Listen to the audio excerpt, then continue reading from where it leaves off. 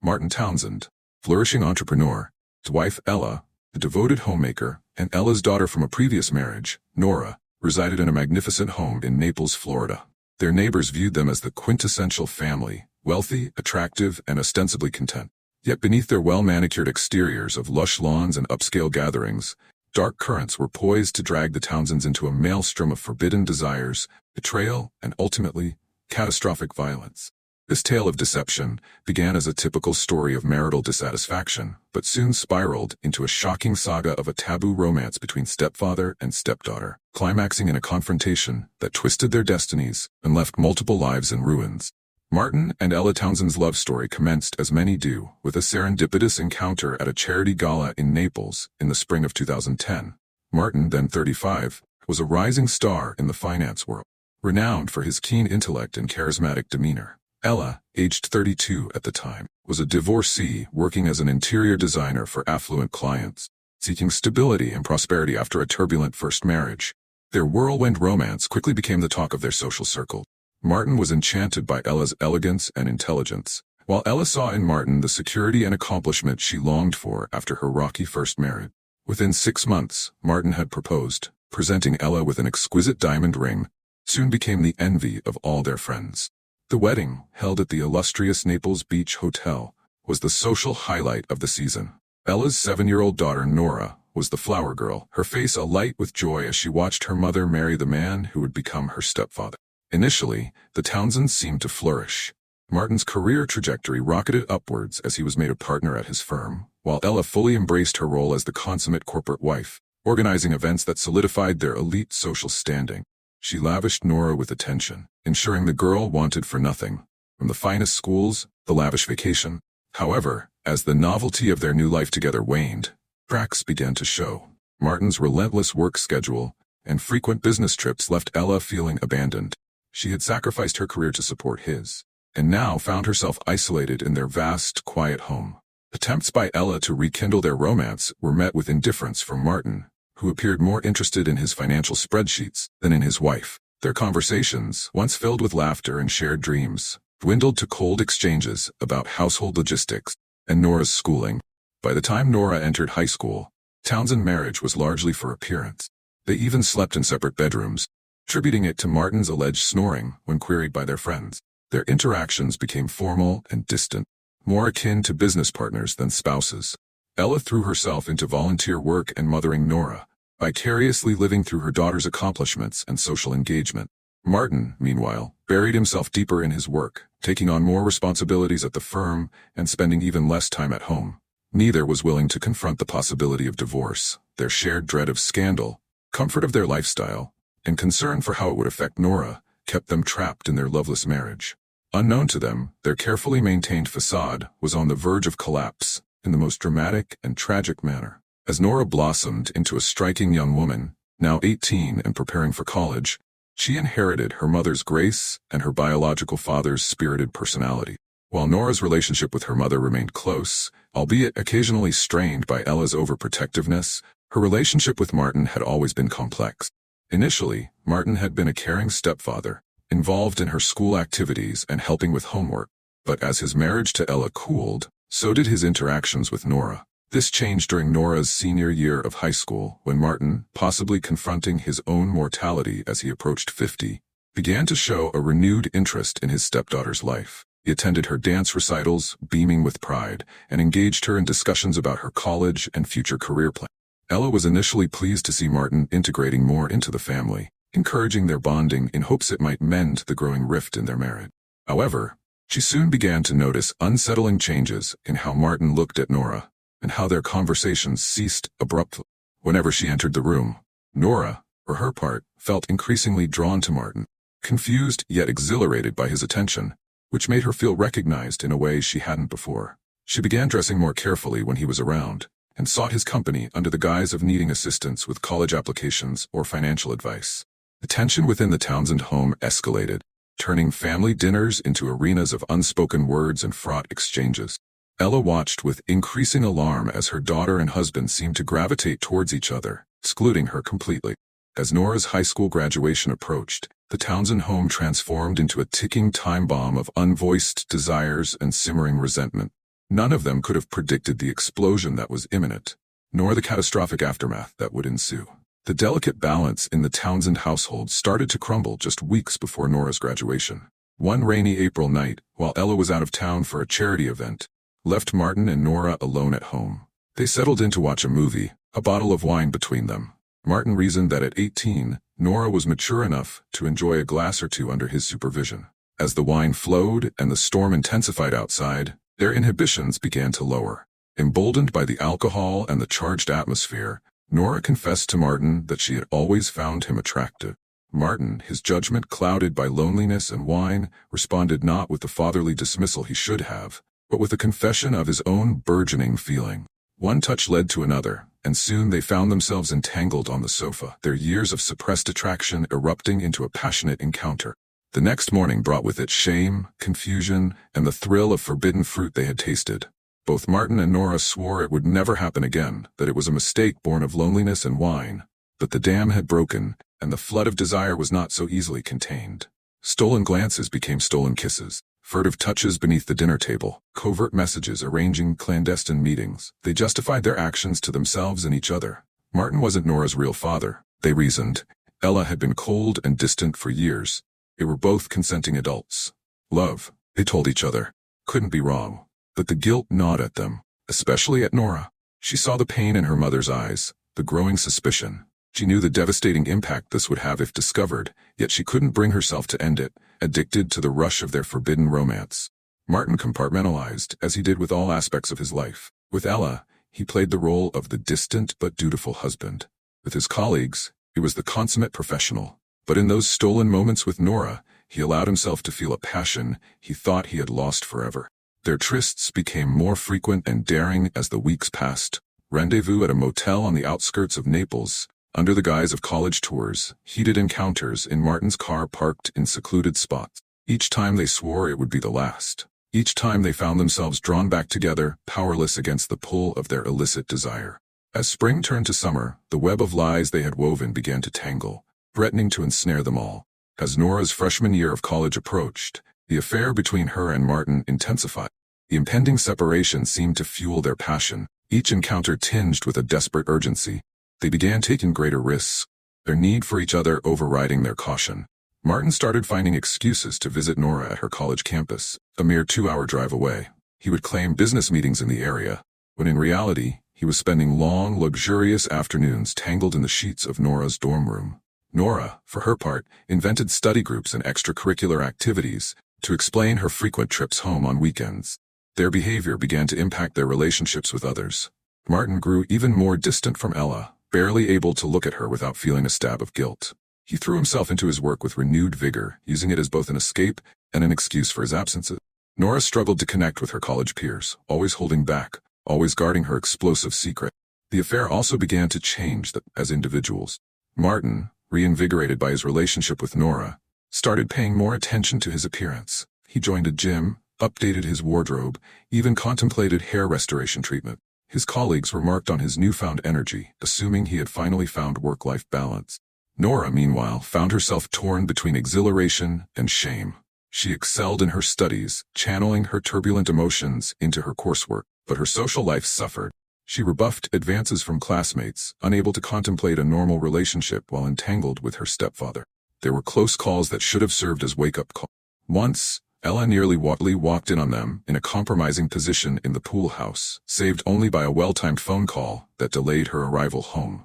Another time, one of Nora's dorm mates spotted Martin leaving her room early in the morning, leading to awkward questions that Nora clumsily deflected. Despite these near misses, Martin and Nora convinced themselves they could maintain their secret indefinitely. They began making tentative plans for a future together, whispering about the day when they could finally be open about their love. Martin spoke of divorcing Ella, of starting a new life with Nora once she finished college. Nora daydreamed about a fairy tale wedding, conveniently ignoring the devastation it would wreak on her mother. But as their fantasy future grew more elaborate, so did the tangled web of lies required to sustain their present. Martin's finances came under scrutiny at home, as Ella questioned the increased business expenses and mysterious cash withdrawals. Nora's academic performance, while still strong, began to slip as the stress of her double life took its toll. Pressure began to mount, cracks in their carefully constructed facade widening day by day. Still, they persisted. Each stolen moment together, reinforcing their belief that their love was worth any cost. They failed to see that the price would be far higher than either of them could have imagined, and that the bill was coming due far sooner than they knew. It was during a lunch with her friend Beatrice that the first inkling of the terrible truth began to form in Ella's mind. Beatrice, ever the gossip, mentioned offhandedly that she'd seen Martin and Nora having an intense conversation at a cafe in town, at a time when Nora was supposed to be at college and Martin at work. The way Beatrice described their body language, leaning in close, hands touching on the table, sent a chill down Ella's spine. She laughed it off too loudly and changed the subject. But the seed of suspicion had been planted. From that moment on, Ella began to pay closer attention to the interactions between her husband and daughter. She noticed the lingering glances, the inside jokes she wasn't privy to, the way they always seemed to find reasons to be alone together. As the evidence mounted, Ella found herself trapped in a state of denial. The alternative was too horrible to contemplate. Yet, with each passing day, the truth she didn't want to face inched closer to the surface, threatening to explode into the open and shatter their lives forever. The day Ella's world imploded started like any other. It was a warm June morning, the air heavy with the promise of summer storms. Ella had plans to meet friends for lunch, but a last-minute cancellation left her with an unexpected free afternoon. On a whim, she decided to surprise Martin at his office, perhaps suggest an impromptu date night to rekindle their faltering connection. However, Martin wasn't in his office. His assistant, flustered by Ella's unexpected appearance, let slip that Mr. Townsend had left early, mentioning something about a family emergency. Ella's blood ran cold. There was no family emergency she knew of. With trembling hands, she took out her phone and opened the tracking app she had installed weeks ago in a moment of paranoid weakness. The pulsing dot of Martin's location appeared not at home, not at any hospital, but at a nondescript address on the outskirts of Naples. The drive to that address was a blur. Ella moved on autopilot, her mind racing through possibilities, each more devastating than the last. She pulled up to a small motel, kind that rented rooms by the hour, and there in the parking lot was Martin's car. Ella sat in her vehicle, paralyzed with indecision. Did she really want to know? Couldn't she just drive away, pretend she'd never seen this? But then another car pulled into the lot, Nora's beat-up college Honda.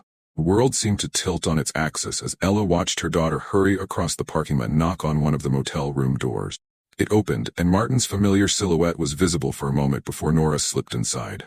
Ella sat in stunned silence, her mind refusing to process what her eyes had just witnessed. Seconds stretched into minutes as she stared at the closed motel room door, willing it to be some sort of mistake, a misunderstanding, anything but the betrayal it so clearly was. Finally, operating on instinct rather than conscious thought, Ella got out of her car. She raised her hand to knock, then paused, her fist trembling in midair. From inside, she could hear muffled laughter. Nora's musical giggle, Martin's deeper chuckle. The sounds of happiness and intimacy twisted like a knife in her gut. With a deep breath, Ella steeled herself and rapped sharply on the door. The laughter inside abruptly ceased, replaced by hushed, panicked whispers. She knocked again, louder this time, her calm facade cracking as she called out. The silence stretched for what felt like an eternity before she heard movement inside. The door opened slowly, revealing Martin, his hair mussed and shirt hastily buttoned. Behind him, Ella could see Nora, her face a mask of guilt and fear. In that moment, as Ella looked from her husband to her daughter, the full weight of their betrayal came crashing down upon her. Her world, already fragile, shattered completely. The tension in the small motel room was suffocating as Ella stepped inside, her eyes darting between Martin and Nora. For a long moment, no one spoke. The only sound was the hum of the ancient air conditioner and the pounding of Ella's heart in her ears. Martin was the first to break the silence. His voice strained as he attempted to explain, but Ella cut him off, her voice eerily calm. Martin stepped forward, attempting to shield Nora. "Ella, please, this isn't Nora's fault," pleaded. A harsh laugh escaped Ella's lips as the argument escalated quickly. Years of pent-up resentment and betrayal poured out. Accusations flew back and forth. Ella accused Martin of grooming Nora, of taking advantage of her youth and innocence. Martin defended their relationship, insisting it was real love, that Nora is an adult now. Nora, caught between her mother and the man she thought she loved, tried desperately to mediate. She pleaded with Ella to understand, swore that Martin had never taken advantage of her, that their feelings were mutual. But Ella was beyond reason. In her eyes, this was the ultimate betrayal, not just of her as a wife, but as a mother. As the shouting reached a fever pitch, Ella noticed Martin inching towards the bedside table. She saw the glint of metal and realized with a jolt of fear that he was reaching for something. The gun he always kept for protection. Time seemed to slow down, Ella lunged for Martin, determined to stop him from doing something unthinkable. Nora, seeing her mother's sudden movement, misinterpreted it as an attack on Martin and tried to intervene. In the ensuing scuffle, the gun went off. The sound of the shot was deafening in the small room. For a moment, everything went still. Then Nora crumpled to the floor, a red stain blossoming on her shirt. Ella's scream of anguish shattered the silence. Martin stood frozen, the gun slipping from his nerveless fingers as Ella frantically tried to stem the blood flowing from her daughter's wound. The full horror of what had happened began to sink in. Their secret was out, and the consequences were far more devastating than any of them could have imagined. The gunshot at the motel brought a swift response from local law enforcement. Within minutes, the small parking lot was awash in flashing lights as police cars and an ambulance converged on the scene. First responders found a tableau of tragedy in room 114. Nora lay on the floor, barely clinging to life despite Ella's desperate attempts to stop the bleeding. Martin sat slumped in a corner, his eyes vacant. The gun still lay on the floor where he had dropped it. Ella, her hands and clothes covered in her daughter's blood, alternated between frantic pleas to the paramedics and incoherent sobs. Detective Liam Donovan, a veteran of the local police force, took charge of the scene as Nora was rushed to the hospital. Donovan began the grim task of piecing together what had happened in that motel room. The physical evidence was clear enough. One shot fired, one victim, the gun registered to Martin Townsend. But the why of it all was murkier. Initial questioning of Ella and Martin yielded conflicting stories, both too distraught to provide a coherent account of events. As news of the shooting spread, the quiet community was rocked by shock and disbelief. Townsends had always seemed like the perfect family, successful, respected, involved in local charities. The idea that such violence could erupt among them was almost inconceivable to their neighbors and friends. In the days that followed, as Nora fought for her life in the ICU, Detective Donovan and his team worked tirelessly to unravel the truth. They combed through phone records, interviewed friends and colleagues, and dug into the family's background. Slowly, a picture began to emerge of a family not nearly as perfect as their polished exterior suggested. As Detective Donovan delved deeper into the Townsend case, the facade of the perfect family crumbled rapidly. Interviews with family, friends, and colleagues painted a picture of a marriage long devoid of love, held together by appearances and financial convenience. Beatrice Whitaker, Ella's closest friend, provided crucial information about Ella's growing suspicions in the months leading up to the shooting. She recounted tearful lunches where Ella had confided her fears about Martin's possible infidelity, never suspecting the true nature of his betrayal. Martin's co-workers described a man who had seemed rejuvenated in recent months, speaking often of a new love in his life. They had assumed he was having a typical midlife crisis affair, never imagining the object of his affection was his own stepdaughter. But it was Nora's college roommate who provided the most damning evidence. Once assured of police confidentiality, Zoe shared a trove of text messages Nora had sent her, detailing the affair with Martin in the sort of giddy, love-struck language typical of a young woman in the throes of what she believed to be true love. The digital trail proved to be a goldmine for investigators. Subpoenaed phone records showed hundreds of calls and messages between Martin and Nora, often at odd hours. Financial records revealed a pattern of expensive gifts from Martin to Nora, jewelry, designer clothes, even a car, all carefully hidden from Ella.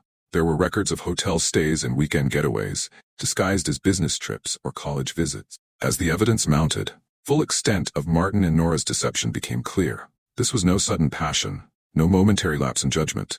Their affair had been ongoing for over a year, meticulously planned and hidden from Ella and the world. The revelation of the affair shed new light on the events in the motel room.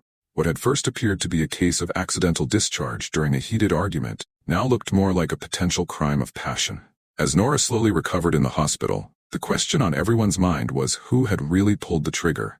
Was it Martin attempting to silence Nora to save himself, Ella in a fit of rage at their betrayal, or Nora herself, overcome with guilt and shame when confronted by her mother?